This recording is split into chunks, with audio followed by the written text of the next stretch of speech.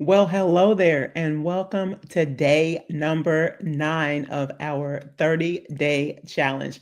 I hope you are making some strides with the new habit that you are forming over these next 30 days. Here's something that I have noticed so far. So, one of the things that I'm doing over these 30 days is reaching out to 20 people for real estate contacts. And then the other thing is reaching out to 10 corporations to pitch some of the things that I do.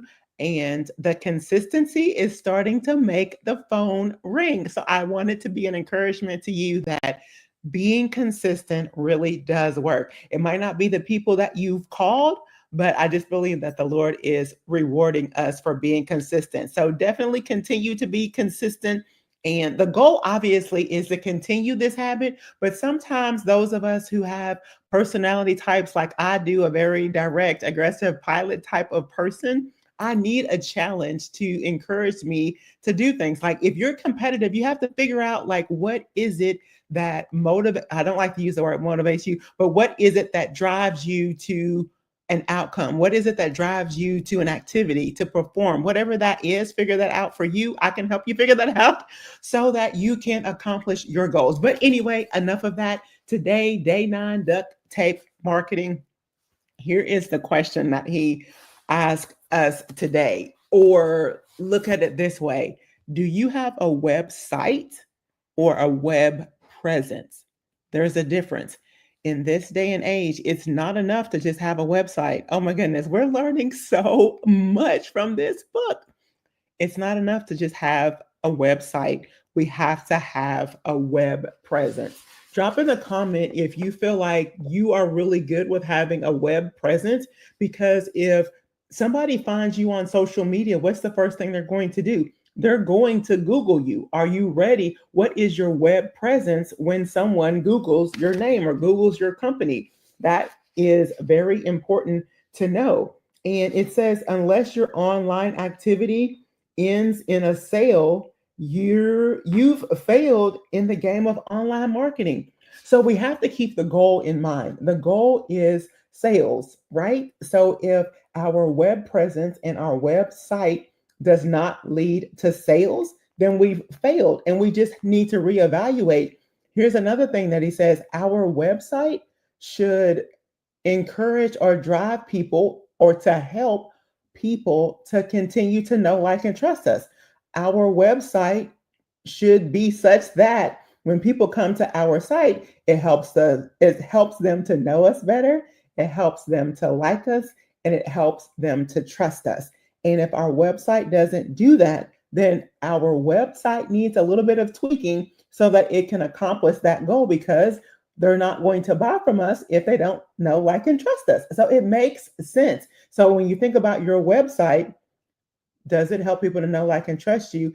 Is there a reason that people stay on your website, or do you give them a reason to come back? Do you have something free that you're offering to help build that rapport with your audience? So very, very, very important. If it doesn't appeal to them, they're not going to buy from you.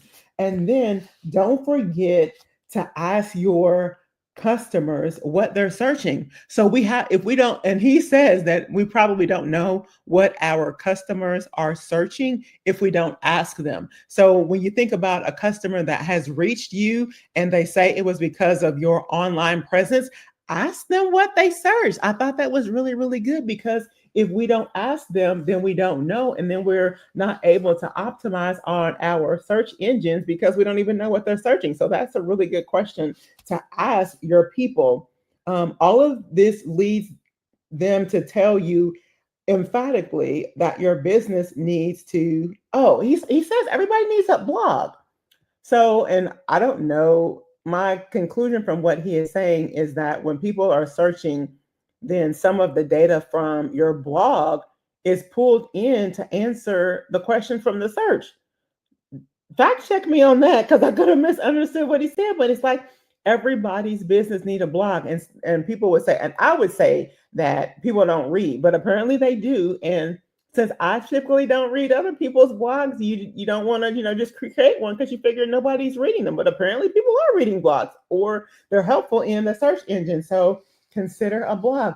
I hope you're not feeling overwhelmed. It's a lot. So, if you don't have somebody to help you with marketing and content creation, you might think about getting somebody to help you do that. Use great content. If we don't have great content, then it's a what? It's a wrap anyway. And but few things surpass email campaign. So even though we're driving people to our site, we want them to know, like, and trust us. But at the end of the day, email campaign, just that regular touch base, that regular giving your customers value.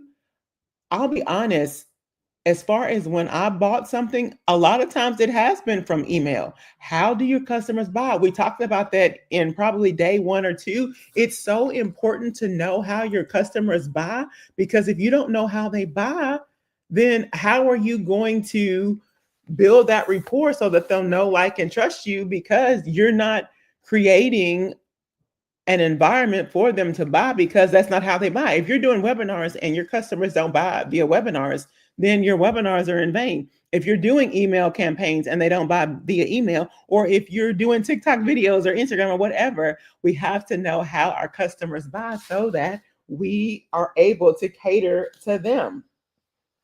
Then he talks about some suggestions as to benefit of a content driven site. Like, is your site, does it have good content for the people to come there? Is anything driving them to your website? Well, it helps with awareness, shortened selling cycle. How many times we don't want it to take a long time for people to buy from us. We don't want to have to nurture them for months and months and months and months. We want to be able to shorten that cycle time. Well, good content can do that. It acts to access to your information. How well you're giving them access to your information. It's a tool to refer your business, automate distribution of market information. Like, there's so many reasons why we need to have good content, and definitely seek professional help. If we website is one of your most powerful marketing weapons, and you must be very involved in how it supports your business. So if you feel like you're overwhelmed and this is too much to do by yourself, definitely hire someone to help you. And the one thing that he says as well is a 6-year old should be able to navigate your website. It should be simple, it should be easy, and you shouldn't have to click a whole bunch of places in order for people to contact you.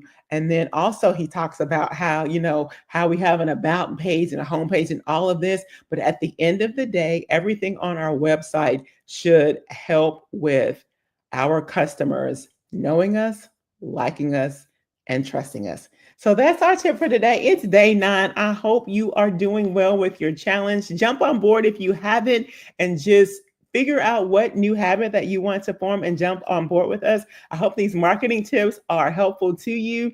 And all right, we'll see you next time. Peace out.